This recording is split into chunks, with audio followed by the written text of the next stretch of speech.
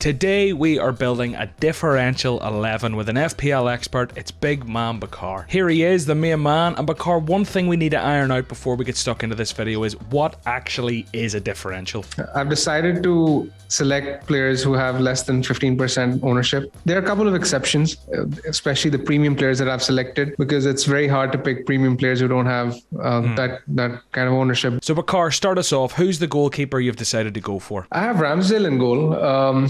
Surprisingly, he's a bit of a differential this season, despite the fact that he was, the template goalkeeper for large parts of the season last year. I mean, I was a Ramsdale owner. I think I owned him from Gameweek 6 till Gameweek 38. So I was one of them who held him throughout. But surprisingly, he's not that highly owned this season. And I find that would be a bit strange because at 5 million, I think he has, a lot of potential for hauls given the fixtures. Arsenal are playing Crystal Palace, Leicester, Bournemouth, Fulham, Villa, Everton, Brentford in 7 of their first 8. Now that's a very good run. And those are fixtures where Ramsdale could do really well. And one of the things I like about him is that he does have save potential, and whenever he does make saves and Arsenal keep a clean sheet, he's automatically going to get bonus, and he's going to get a 9 or 10 pointer. So he has that haul in him. I guess he's a bit overlooked because Arsenal didn't look that great defensively in the second half of the season, but if they look good in preseason, then I think Ramsdale could be a very good option. I think a big part of his ownership is affected by the fact that Mendy is at the same price, and I think it's just this bias ingrained in us that Chelsea are a better defensive team, and we all look at Mendy and we all think, okay, well, why would I pick Ramsdale of Arsenal when I could pick Mendy at Chelsea? There's a couple of arguments here that come out in my head, and a couple of them I've already mentioned to you in previous videos, so people might have heard this, but like Mendy, you're going to have Chilwell and James. If you want a third more attacking asset from Chelsea, Mendy does block that. Now, I'm not saying Ramsdale won't block Arsenal assets, but that's just a point to bear in mind because there's essentially 2 nil Chelsea players out there. Another point for me with Ramsdale is, Arsenal have only really strengthened with Saliba coming back in, whereas if I look at Chelsea, they've had that exodus that I keep mentioning to you, albeit they've signed a couple of players since. So I actually think, and even here on the My Team tool, Ramsdale is predicted to score more points in the first 4 games than Mendy. I've just convinced myself I should go Ramsdale over Mendy if I end up going for a 5 million goalie, but it is strange that he's less selected, maybe when you look at both arguments. But that's enough on the goalkeeper. Who's the backup goalkeeper? I imagine it's some dud. Yeah, it can be anyone really, because none of the 4 million keepers are expected to be first choice. I've picked Steele from Brighton. So we're on the defence. This is where it's going to get saucy, I think. We're going to have a few differentials. Yeah, so the first one that I've selected is Chilwell from Chelsea. A lot of us have, Reece James in our drafts, and rightly so, because he's, around 40% ownership, and he has been, very good last season. But at this point, it's also worth mentioning that Chilwell did really well last season as well. I mean, he played only 6 games. He started for 6 games, and he had an average of 9 points per game. So he does have that haul potential like James. And just because of the fact that he didn't play that much doesn't really mean that we should necessarily overlook him. And now that Chelsea have signed Koulibaly and are linked with Kimpembe and Ake, I think there's a very good possibility that Tuchel sticks to that wing back system, and that's a system in which Chilwell can thrive in. Brilliant. So Chilwell's locked. Who's next? Yeah. Next is Andy Robertson. Now, I am definitely very surprised to see Robertson, have just 10.2% ownership at the time of recording this video, because I expected this to be much, much higher. Liverpool have a great run of fixtures to begin with. They're an elite team. I don't really, have to talk about their defense. But, what's worth noting is, John, that I was actually having a look at Robertson's performances since Game Week 14 onwards last season. So since Game Week 14 onwards last season, he had 20 starts. And he blanked in just 2 of them. So in 18 games, he delivered either a clean sheet or an attacking return. And he was averaging 7.4 FPL points per start. He had 6 double-digit hauls in 20 starts. So, I mean, there's not much more to say. He was on another level, and he was showing another, an unreal level of consistency at the end of the season. And I definitely think that he's one which people should, give more attention to. And if we look at his total points last season, he really isn't that far behind Trent or Cancelo. You know, 186 for the season versus 201, 208. There is a bit there, but I mean, I don't actually know. Maybe he was injured, maybe he wasn't, maybe it just is he is 20 points worse than Trent. But like, yeah, I'm actually surprised you say 10.2%. I thought he would have been closer to sort of 25-30, but yeah, I think I actually have him in my current draft. So I'd say Chilwell and Robertson locked in there. We've already started off pretty premium at defense. Who's next? The next one is a premium defender as well. It's Emerick Laporte from City. Now Laporte has just 5% ownership, but I think he's one who could do really well. You know, City statistically are the best defense in the league in terms of, you know, big chances conceded, XG conceded. They just keep so much of the ball that they're you know, a safe team to target for clean sheets.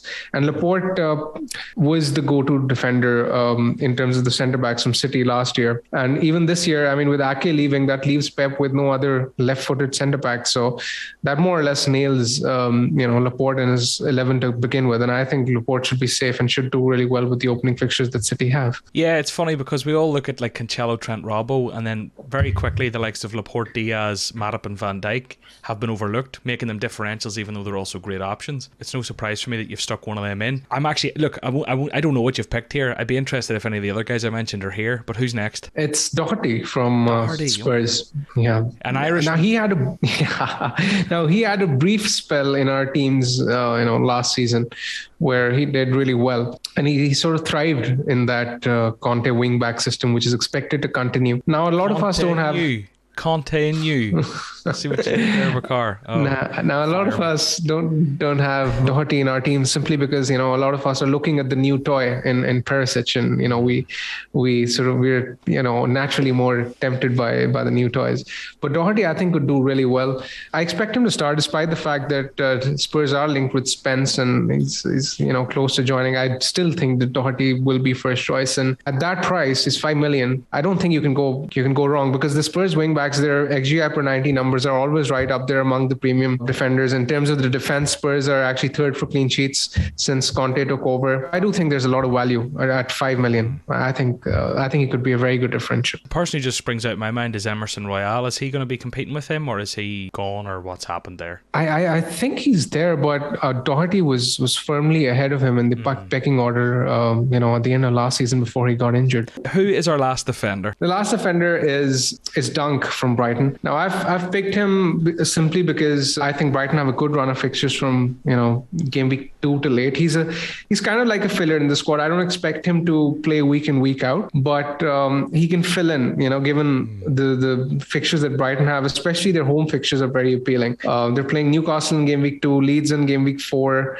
Fulham, Bournemouth. I mean, all these fixtures still, you know, they have these fixtures till game week 8. So that's a very good run. And Dunk's goal threat is legit. You know, he has a towering presence from corners, and he could do really well in terms of you know, goal threat as well.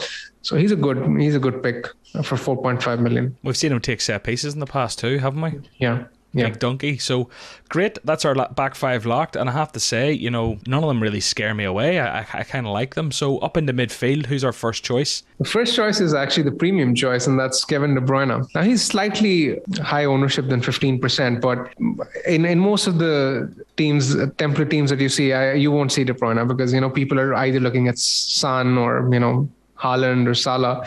So this is why I've selected De Bruyne.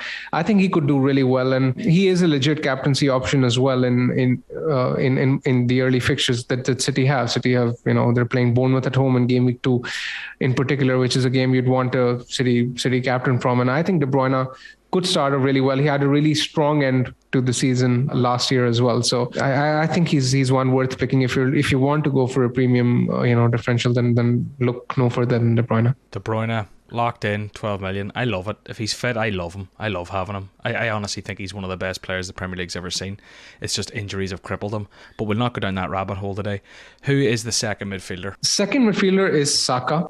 Now he initially, when the game launched, a lot of people had, you know, Saka in their drafts. But again, I talk about the shiny new toy, and then Gabriel Jesus seemed to happen in preseason, and he got himself, you know, quite a few goals. So a lot of us jumped on Jesus instead, and Saka's ownership seems to have plummeted. But it's worth mentioning that he could be on penalties. He's almost, nailed for 90-ish minutes. With Arsenal's opening fixtures, I really don't think how you can go wrong with Saka, because I expect him to tick along consistently. That's the thing. They do have lovely fixtures: Palace, Leicester, Bournemouth, Fulham, Villa, United, and then they've got Everton. And yes, Saka, as you say, being a 90-minute man in that exciting Arsenal attack with Odegaard, Jesus and Martinelli and Smith Rowe, like, it's such an exciting team. I love the pick. The penalties is also a great shout, so I love the pick, but I do see why people might prioritise Jesus for the goals. Who is the third midfielder? The third midfielder is Marcus Rashford. And now I've picked him solely on the basis of his past pedigree, that he's been, a very good option for us in the previous seasons before the last one, where, United were just completely off the boil and Rashford looked really out of touch.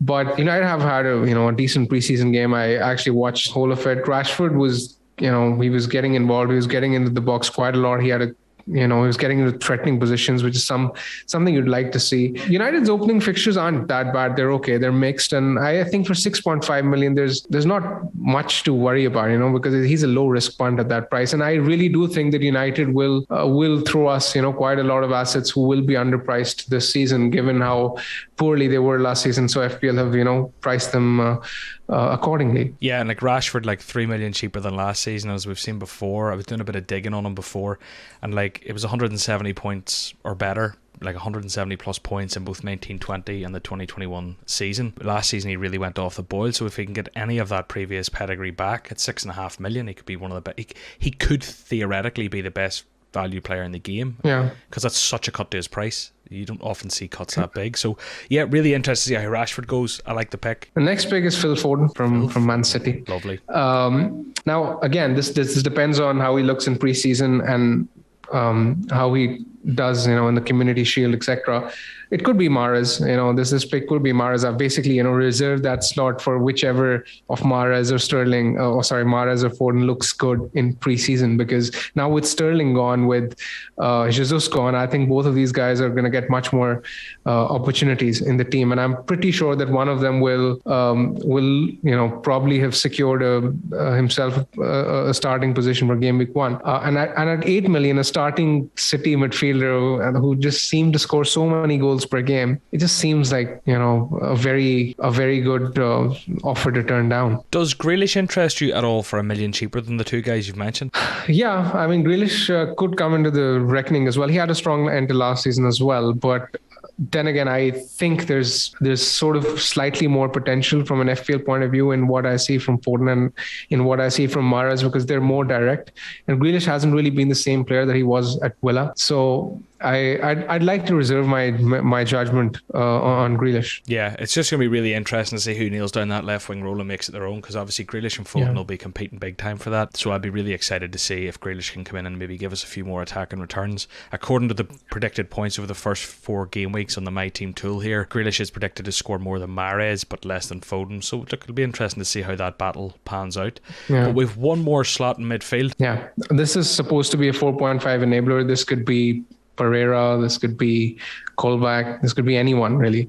Andres Pereira is probably the best 4.5 mid to go for now that he's joined Fulham, but you can pick anyone really. If I can pick anyone, you're giving me free license to pick anyone. Sure. I'm going for someone fun. I'm going to pick like absolute Bidstrop. Bidstrop's going in.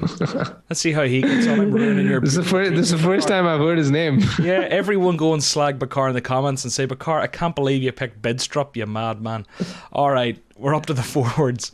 Who is the first differential forward we're picking? So the first differential forward we have is Harry Kane. Now, again, this is debatable because, some of you might think that he's not a differential, but, when you look at the ownerships of the premiums as of now, as we're recording, Salah has the highest ownership, if I'm not mistaken. Yeah, he's 58.7, Son is 26.3, and Haaland is over 60% as well. So Kane in comparison is just 17%. So that is why I'm calling him a differential. I think he could do really well. Since Conte's taken over, he's topping all the charts. He's smashing everyone off the park. It was first for XGI, first for expected assists, first for expected goals, first for big chances, first for big chances created.